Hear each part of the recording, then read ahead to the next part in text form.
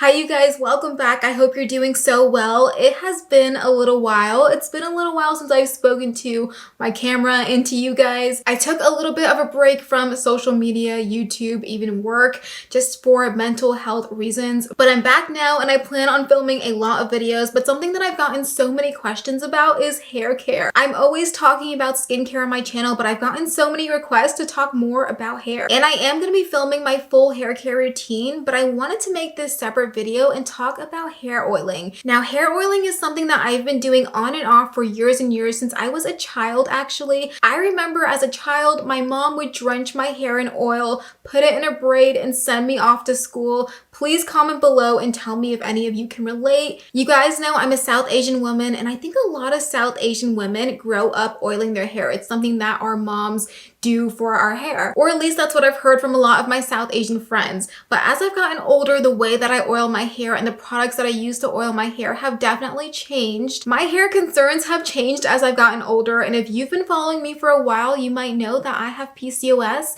and one of the side effects for some women who have PCOS is hair loss. So hair growth is a big thing for me. Stimulating and encouraging hair growth is something that is a constant in my hair care routine, and I like to do some sort of hair oiling treatment once a week, every week, prior to washing my hair. And when it comes to hair oiling, there is not a bunch of research out there and results can vary from person to person. But here's the thing, during those times of my life when my hair has been at its worst, those were times when I was not oiling my hair. And every time that I go back to oiling my hair, I just think to myself, why did I ever stop oiling my hair? It makes my hair look more hydrated, more shiny. It makes it grow faster even. So I'm going to show you guys everything that I do to oil my hair, all the products that I use, exactly how I do it. But if you're new here, welcome. My name's Sarah. I'm an esthetician, and on this channel, I talk about skincare, beauty maintenance, some of my favorite things. And if that sounds good to you, don't forget to subscribe to my channel for more videos from me. But let's go ahead and get into the video. So before I get into the oils that I use, let's just quickly address why exactly I oil my hair. So for one, as you guys know, I want to stimulate hair growth. I want to prevent hair loss, but also you guys can see I have pretty long hair and I do have some shorter layers that I'm working on growing out. But when you're trying to have long hair, it's not just about growing hair from your scalp, it's also about length retention. And I actually do heat style my hair once a week. I have naturally curly hair, and sometimes I will leave it naturally, but most of the time, once a week, I do heat style. And oiling my hair has actually helped to moisturize and minimize the damage that I can get from heat styling my hair. It's also helped to strengthen and minimize breakage and minimize things like split ends. Okay, so these are the 3 hair oils that I use. This is my sweet almond oil, this is pumpkinseed oil, and rosemary oil. Now, why do I like to use these specific 3 oils? So let's talk about rosemary oil first, because there have actually been studies that compare the effects of rosemary oil to minoxidil. If you don't know what minoxidil is, it's that active hair loss treatment ingredient that is in Rogaine. And in this study, both rosemary oil and minoxidil actually showed compatible results in terms of hair growth at 6 months. And rosemary oil has also helped to increase blood flow in the scalp, which can encourage your hair follicles to thrive, which might even lead to more hair growth. And what's also great about it is that it does have anti-inflammatory properties, it has antibacterial properties, so if you're someone that deals with dandruff, it can help with that as well. Okay, now let's talk pumpkinseed oil. Now, pumpkinseed oil has actually been shown to have the ability to block androgens, which is ultimately what causes male and female pattern hair loss. Pumpkinseed oil is also rich in omega fatty acids, there's vitamin E, there's vitamin K, it's nourishing to the hair, it's moisturizing to the hair, and I find that pumpkinseed oil makes for a great carrier oil for the rosemary oil. Now, rosemary oil is an essential oil, and you never want to put essential oils directly on your skin or your scalp. It's way too strong for that. So I do like to dilute my rosemary oil in the pumpkinseed oil and then apply that to my scalp, but we're going to get onto that later. Now, something to keep in mind when you are oiling your hair is results are of course going to vary from person to person. There just aren't enough studies out there to show a definitive correlation between using these hair oils and having more hair growth. But what I can share with you is my experience and my results, hair oiling is not the only thing that I do to grow out my hair, but it is one of those things where if I stop doing it, I will notice the difference. And some of you guys know that I have experienced hair loss and hair thinning multiple times in my life from stress, from hormones, from going on birth control that didn't work out for me. I even experienced hair loss after having COVID, which I know a lot of other people have experienced as well. Now moving on to the last hair oil that I use, this is sweet almond oil, and I like to apply this to my hair ends specifically. Now if you wanted to, you could put this on your scalp as well, but when it comes to studies that show a correlation between using almond oil on your scalp to show hair growth, we just don't have those studies, or at least I haven't found them in my research. But there have been studies that have shown an improvement in hair resilience when treated with small amounts of hair oil like almond oil. So almond oil is going to be one of those oils that is great for strengthening the hair, preventing breakage, preventing split ends, which of course is great for that length retention that I'm trying to achieve. Okay, now let's talk about how exactly I go about oiling my hair. Like I said, I like to oil my hair once a week, every week, prior to washing it. And the first thing that I do before I oil my hair is give my hair a nice brush through. This is the wet brush. It's a really nice and gentle brush. You can get this from Marshall's or TJ Maxx. I like to give my hair one nice brush through just to make sure there aren't any tangles in my hair before I start oiling it. So once my hair is brushed out, I will take a bowl so that I can add my oil to the bowl to easily apply to my scalp. And I will take 3 full droppers of pumpkinseed oil. So 1 full dropper is about 1.25 milliliters. So 3 full droppers would be 3.75 milliliters to be exact for you guys. And then I will take rosemary oil. I take 6 to 8 drops of rosemary oil and I mix it into the pumpkinseed oil.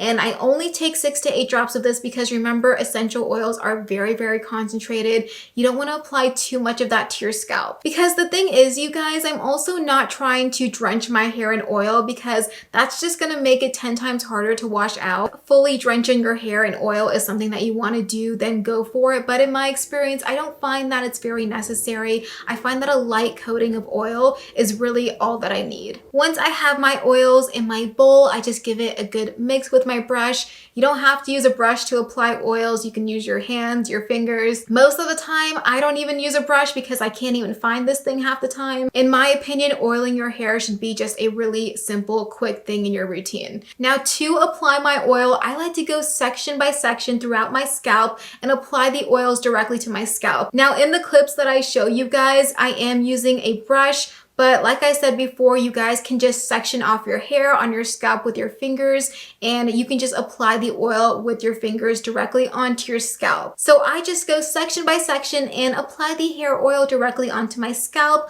You don't want to forget the back of your scalp as well. And then once I'm done applying my hair oil to my scalp, if I have any additional oil left in my bowl, I will put that onto my hands and I will run that through my scalp and I will give myself a little scalp massage. Now, I am personally a big believer in stimulating hair growth with scalp massage. I know that there are some professionals out there that don't believe that massaging your scalp can lead to hair growth, but personally, I just disagree. Years ago when I was in college, I had this break from school and I hated my hair. I really wanted to grow it out as fast as possible, so I did the inversion method. Do you guys remember the inversion method? If you don't know what the inversion method is, look it up on YouTube. I'm sure there are so many videos about it, but it's basically a hair growth method that involves a lot of hair oil and a lot of scalp massage.